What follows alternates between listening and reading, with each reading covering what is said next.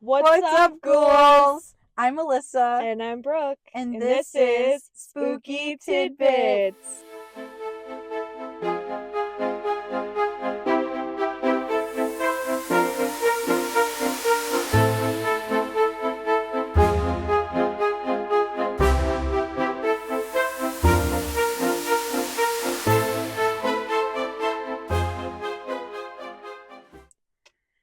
So, Brookie, you know what calms me down after a really chaotic, long, stressful day? What, Alyssa?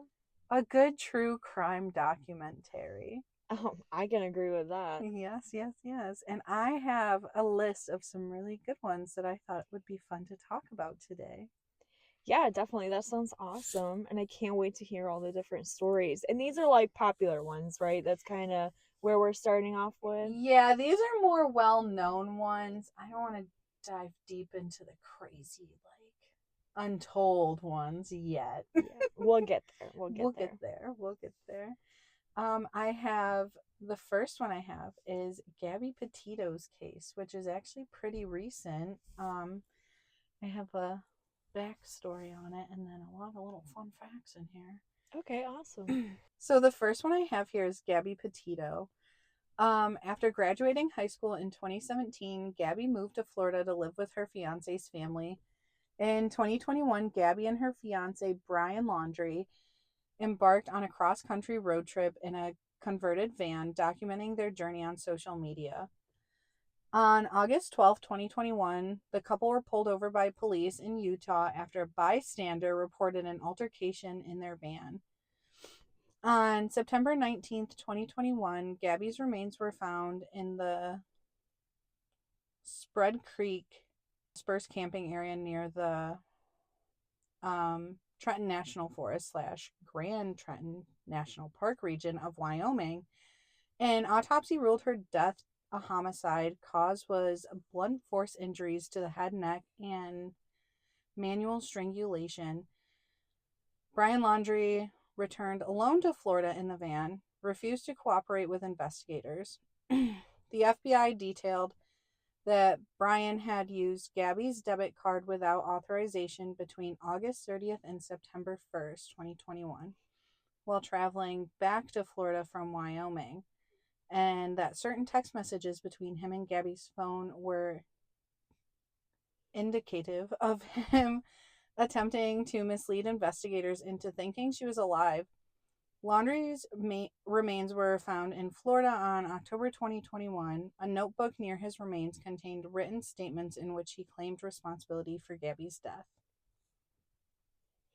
I remember watching the documentary that they came out with on Netflix. I remember all the news, like, every single day about them searching for her body and everything. Right. Which is just crazy because I feel like there was so much there pointing right at him, and it took them so long to get him for what he did. Yeah, they were just trying to find proof, basically. Yeah. I mean, is what they needed to solve the case, kind of. But I still think that his parents had something to do with it. I was just about to say that because they were totally covering all of that up. No, 100%. There's nothing that can tell me otherwise. I don't even care. There's nobody that can try and change my mind. Yeah, no, I agree. They definitely were trying to cover something up with that.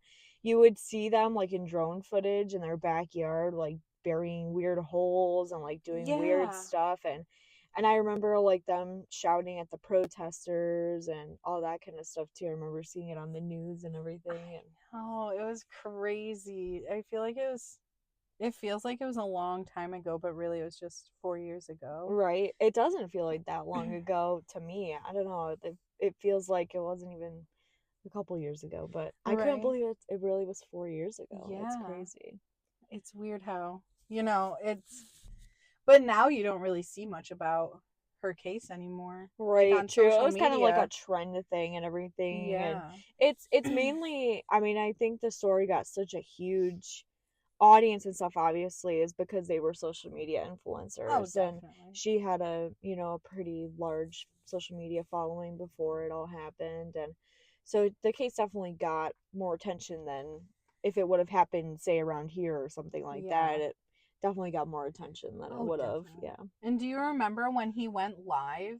Yeah. For like, I don't even think it was for Yeah. 5 seconds, but I remember seeing like the screen recording and it was like he was in like a body of water or Yeah, something. right. But it's just like, you're supposedly missing and you're Mhm. going live. Like, you're digging yourself a hole, my friend. Yeah, definitely. Yeah, that was a really great first one. Oh, okay. So this is I've heard of this one a lot too. So, John Benet Patricia Ramsey was born in August 6th, 1990 in Atlanta, Georgia. She was the daughter of John Bennett Ramsey, a businessman, and Patsy Ramsey, a former beauty queen.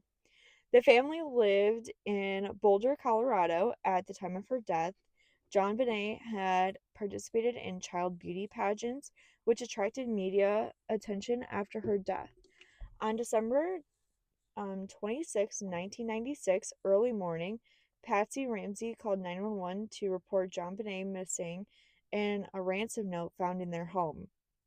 The 2.5-page ransom note demanded $118,000 and made various claims. Notably, this amount approximated John Ramsey's Christmas bonus from the previous year. Later that afternoon, her body was found in the basement of the family's home, wrapped in a blanket with duct tape over her mouth and a cord around her neck and her wrists. The official cause of her death was strangulation and was associated with trauma in her brain. Investigators found a skull fracture about 8.5 inches deep, or and lots of head trauma. And the evidence consisted with sexual assault or abuse, though semen was not found on her body. There was no obvious sign of forced entry at the home. The basement window was open though, and it was unlocked. And the case featured many unusual elements. The case remains unsolved and open. Investigators continue to review the evidence, including DNA and forensic testing, for possible new leads. Um, there was a lot of contamination with the case, the crime scene handling, early investigative choices, which would have probably deterred them from being able to solve the case. Investigators and family have advocated for new forensic testing. They want the updated DNA technologies to be used um, on the paintbrush handle, rope, blanket, and that will possibly get them new leads. Okay. I've also seen documentaries about this one Mm-hmm. too. Yeah. So who do Oh, you think did it? a big conspiracy is that the family actually did it and Mm-hmm. like the brother and the dad were kind Yeah. of in on it, Yeah. which I find so crazy. Like, how could you do that to your own kid, you know? And then they're still trying to like get evidence about it, but I don't know. Some people, they might just be trying to cover it up. I don't know. No, I agree. Like his dad was like influential, obviously like a businessman and Mm-hmm. everything, and I definitely agree that like the family knew something that Oh they're yeah. not saying to people because it was so mysterious how she just was missing, and they claimed they didn't see her, and then all of a sudden she popped up in the basement. Yeah, how would your child get murdered? That big of a head injury, Right. tied up, possibly assaulted, like sexually assaulted, and you just Hmm. not know what's happening right in your basement. No, definitely. And how, like, okay, so they said like, oh, the window was open on the garage or whatever, but how are you, okay, say they kidnapped her and took her somewhere else, killed her, brought her back, like that how would you not be noticed dragging a body through the basement and then Yeah. like the thump or anything, like no one. Right. And not only that, but the ransom note I'm pretty sure was found in the house. Yeah, right. So how would, okay, we're just gonna leave this on the counter or on the like wherever Right. we're leaving it, and we're just gonna make our way out. Maybe we'll grab a fruit, like a fruit cup on our way out of the door, but you're not going to know we're here. You're going to know someone's dragging a dead child through your house and Exactly. leaving a note on Someone, yeah, no, someone had to have seen or heard something. Again, I think the parents, they had something involved with that. I mean, you hear all the time, like, mothers sometimes will get jealous of their daughters and weird Mm-hmm. stuff like that. So maybe, like, her mom was mad that her beauty queen era was kind of over because she Right. had children and stuff now.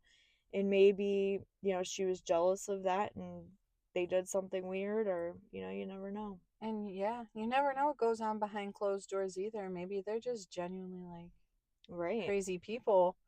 And you don't know too, like someday it could be solved because I mean they are trying to say that they're trying to solve the Jack the Ripper case and all Oh that stuff yeah, still. they are. So, maybe someday we will find out who did it and they'll actually be able to process some kind of DNA. Yeah, I can't believe like all these big crimes that there's so much pointing towards who did it or whatnot, and They just can't they prove just it. can't prove it. Yep. You can't prove it, so you can't put them away. But Yep. there's a lot pointing towards like certain people in certain cases, and they just well, we don't know. Oh yeah, We so don't many know. people get away with it just cuz yeah, they can't prove it, but I mean physically, but you Yeah, can see who did it. I and not mean, only that, but like look at old school serial killers like Ted Bundy and Jeffrey Dahmer and all them. They killed so many people, right. and like all this other jazz, but hey, it's gonna take us like forever and a half to lock somebody up and catch them. Right. But True. how do you just kill that many people? And I like, how know. do you just go on a killing spree and kill that many people and not get caught? That Well, I mean, back in the day, though, they had way less cameras and all that very kind of sort of true. thing. So that definitely helped, not having cameras. Very true. And not all like the Like cell technology and phones, everything that technology, we yeah, have in now. general. Yeah. I just some people give me the heebie jeebas. Yeah, definitely. This next one that we have is Madeline McCain. Madeline Beth McCain was born on May 12th, 2003, in England. On the evening of May 3rd, 2007, at age 3, she disappeared from a holiday apartment in the resort town. I'm going to butcher this. Paria Daluz in the holiday with her parents, Kate McCain and Gary McCain, and her younger twin siblings. The McCain parents were dining with friends at a restaurant located 100 meters from the apartment where their children slept. Periodic checks were made on the children, and at around 2200, because we're really good with Yeah. military time, that evening, Kate McCain discovered Madeline was missing. The Portuguese authorities launched an investigation into the disappearance. Several elements caused controversy, such as lack of forced entry signs, the presence of a ransom note, and procedural issues at the crime scene. On July 21st, 2008, the Portuguese Attorney General declared that no evidence had been found allowing a lucid, sensible, serious, and honest conclusion about what happened. The case was archived by the Portugal authorities at the time. Investigators from multiple countries, such as Portugal, UK, and Germany, remain involved. Oh, so it's unsolved. Yeah, it's unsolved, and I guess they're still looking into it, but how do you just leave your itty bitties in a Yeah. hotel just to go out to Yeah. eat? Yeah, that's crazy to me. I would never do that. There's a lot of like cases with kidnapping and everything too, where the parents are just like, well, we were out. We were Right. out. Right, yeah. We No, checked on them. I'm so like superstitious about that stuff. Like I won't even leave the kid in the car when you run into a gas station for 2 seconds to pay for gas or Right. whatever. Like I will not do that. I even like my nephew is, getting older. He's almost a preteen now. Mm-hmm. Even him, like I will not leave him alone. No. It freaks me out. I don't even like being left alone in my car. Yeah, Like, right? so Right? kind of off topic, but like even I'm 27 years old, and the other day I was in my car at Dollar General, And thank God I had Nova in the car with me. I was sitting in my car answering a text, and I heard Nova growling and like kind of jumping and lunging at my door. And I looked over, and someone had their hand on my door, like door handle, Oh, trying to wow. break into my car. I was like, "Oh hell no!" And I Yeah, slammed the lock button. that's But scary. I'm 27, and that happened to me. Right. So who knows what would happen to a little kid if you left them alone? Yeah, They can't definitely. defend themselves. Yeah, definitely true. Oh my god. But no, that case is really weird to me. Another case where it's like it could have been the parents or Yeah, someone because could have they just said walked right in there. there wasn't any forced entry or anything. It didn't really say what a ransom note said or anything, but obviously they weren't able to pull prints from it or Right. something like that. And then it's harder, like if you're an American family, to try and work with police and everything else if you're in a different country and, things like that. That's Yeah. definitely really hard to work with too. Yeah. Well, this next one is about an American girl who Oh, didn't get very much from the justice system overseas. oh, okay. You'll like this one. Ooh, Amanda Knox. Okay. Yes. So, Amanda Marie Knox was born July 9th, 1987, in Seattle, Washington. She was the eldest of her siblings. Her mother, Etta, originally from Germany, was a school teacher, and her father, Kirk Knox, was in finance. Knox attended Seattle School and then University of Washington, studying creative writing and languages. In 2007, she went to Italy as a study abroad student in Paraguay, an Announcing. apartment with her British roommate Meredith and two other women. On November 2nd, 2007, Meredith was found dead in the shared apartment in Paraguay, stabbed and sexually assaulted. Amanda Knox and her then boyfriend, Raphael, were arrested in the days following the murder on suspicion of involvement. Another man, Rudy Herman, was also impacted and was convicted in a fast tactic trial. His conviction was separate and he served time. The investigation and trials of Knox became extremely high profile internationally, attracting intense media scrutiny, public speculation, and criticism of the Italian legal process. In 2009, Knox and her boyfriend were convicted of Meredith's murder. Knox received a term of 26 years that was later changed, and her boyfriend received 25 years, according to the prosecution case. In 2011, their convictions were overturned on appeal, and then they were released. The court highlighted serious issues with the forensic evidence and investigation. A retrial in 2013 to 2014 again found them guilty as she was back in the USA. Finally, on March 27, 2015, Italy's highest court, Supreme Court, definitively acquitted Knox and her boyfriend for the murder. The ruling stated that there were senseless investigation failures and that Knox did not commit the crime. Knox's initial interrogation after her arrest was conducted without a lawyer, with limited interpreter support. She later argued this contributed to her making untrue statements and even accusing someone else, bar owner, under duress. In January of 2019, the European Court of Human Rights ordered Italy to pay her compensation for violating her rights. Despite her being acquitted for the murder, Knox was found guilty of slander in retaliation for her accusation against the bar owner.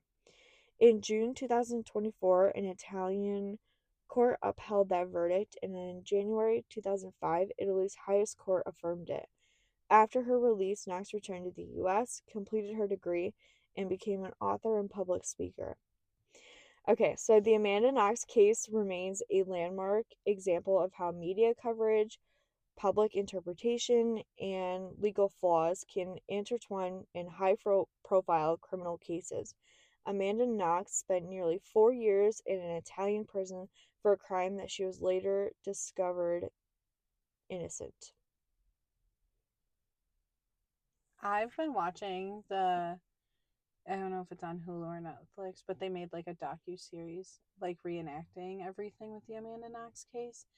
And I mean, obviously it's more like dramatic for filming purposes, Mm. but the interrogation where she's like begging for an interpreter is like, oh my god, how frustrating would that be? Like, you don't know what they're asking you to, you know a little bit of broken Italian or whatever they're speaking, and you can't get your point across. You're just like, no, it wasn't me.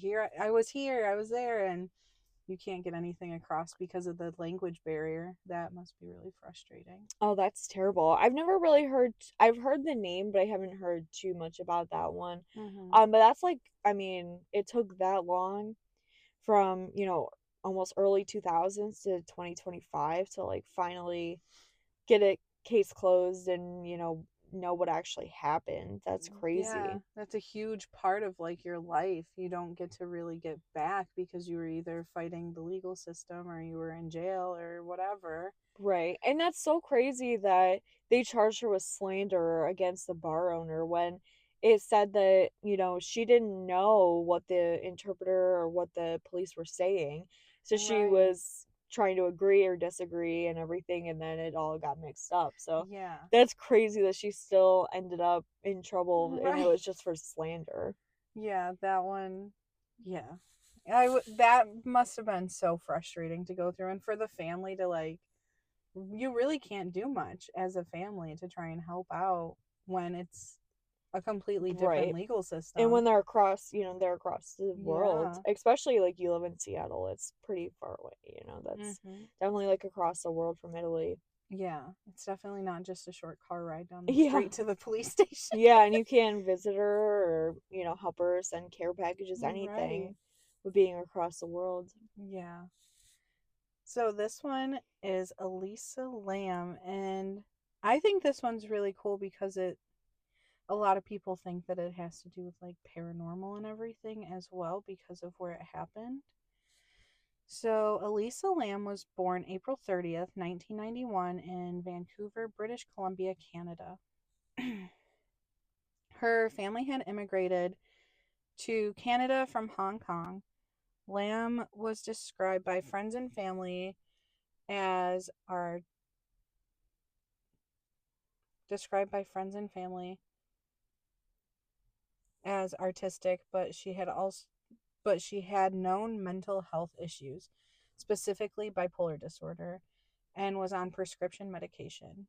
In late January 2013, Lamb traveled alone from Vancouver to Los Angeles, staying at the historic Stay on Main, formerly Cecil Hotel, commonly known previously as a Cecil Hotel in downtown Los Angeles. On January 28th, she checked into the hotel, and she was last seen alive on January 31st at the hotel. Her hotel behavior in the days before disappearance raised concerns. She was moved from a shared room to a private room due to odd behavior. She had interactions and was escorted out of tapping and reportedly had episodes of paranoia or delusions, um, thinking symptom wise. On or about the evening of January 31st, hotel surveillance captured Lamb inside a hotel elevator, behaving erratically, pressing nearly all the elevator buttons, hiding in the corner, peeking out of the elevator doors, and making hand gestures as if speaking or signaling someone unseen. That video became viral and spurred intense speculation. Many viewers noted oddities, for example, elevator behavior, timing, whether footage was edited. On February 19th, 2013, Lamb's body was found by hotel maintenance worker in one of the rooftop water tanks of the hotel, which supplied guest rooms, kitchen, coffee shop, supplied a lot of things with that water. The roof water tank had a hatch, and her body was floating in the tank nude. Her clothing, watch, and room key were found in the tank as well. The Los Angeles County Coroner's Office ruled the cause of death as an accidental drowning, with bipolar disorder listed as a significant contributing factor. There was no evidence of trauma, sexual assault, or illicit drug use found.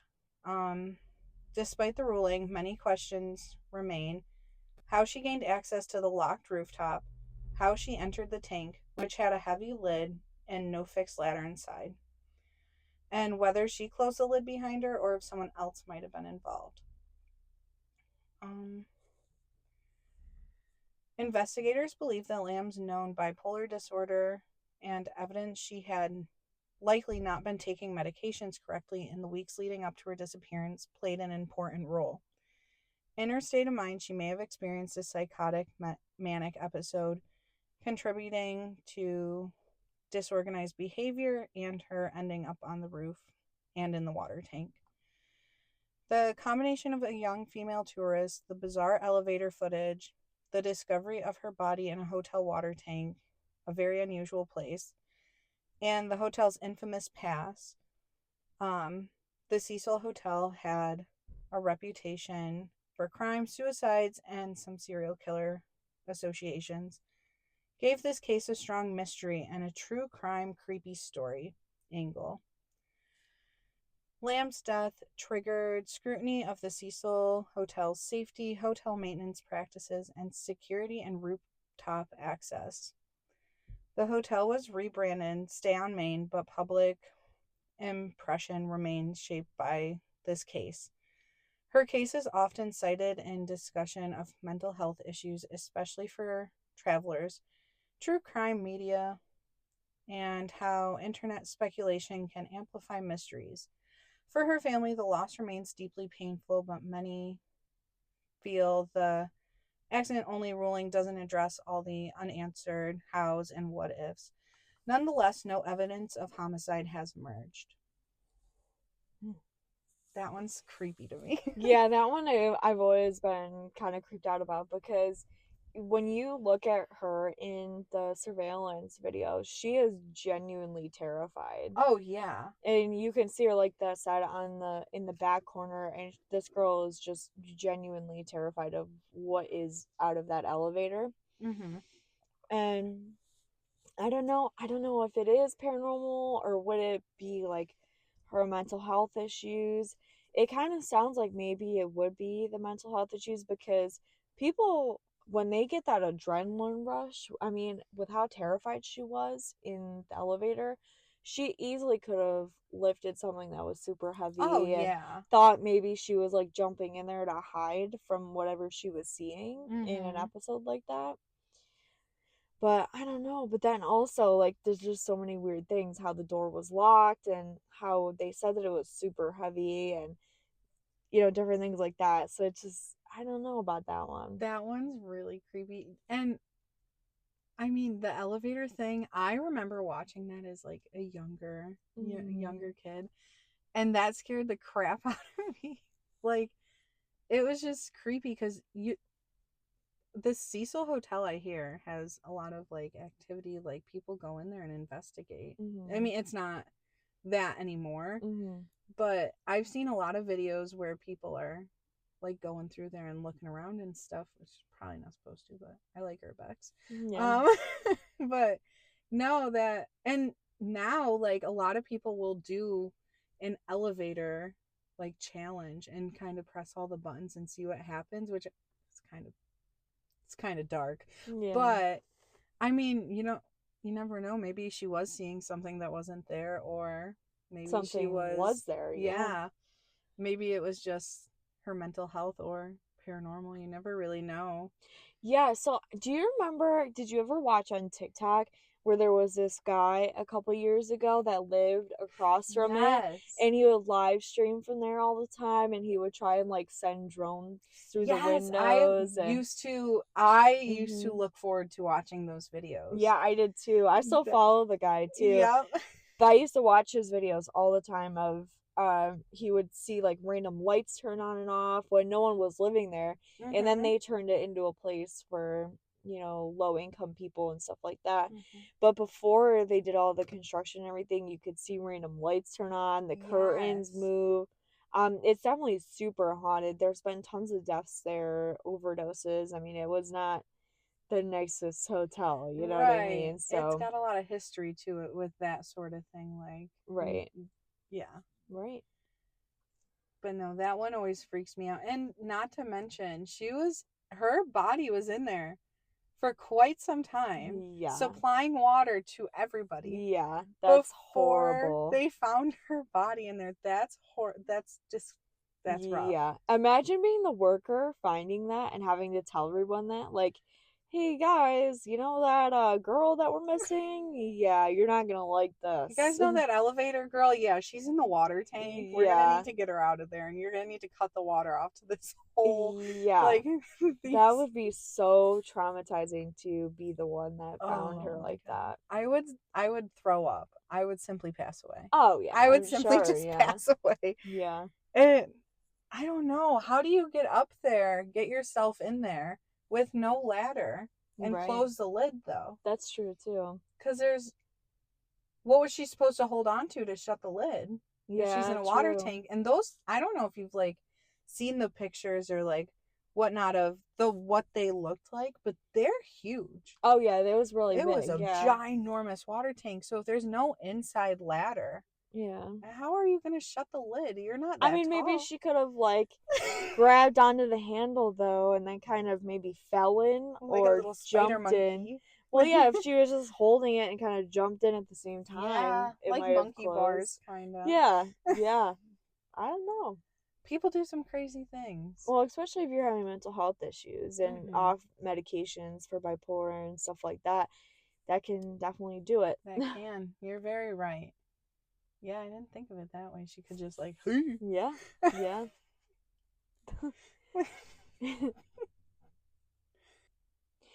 Well, thank you so much, guys, for listening to this week's episode. And if you haven't already check out our last week's episode about Beale Manor, one of our favorite haunted locations. And actually, Carlo just bought another location, so we're excited to check that out. And hopefully, soon we'll be able to investigate there. And yeah, Ooh. ooh. All right, and yeah, so that's this week's cold cases, kind of. And as always, if you have any suggestions for next week or the week after that, just message us or email us your ideas or any kind of stories that you guys have. Yeah. All right. Thank you so much, guys, for listening this week, And and we'll we'll see see you you later. later.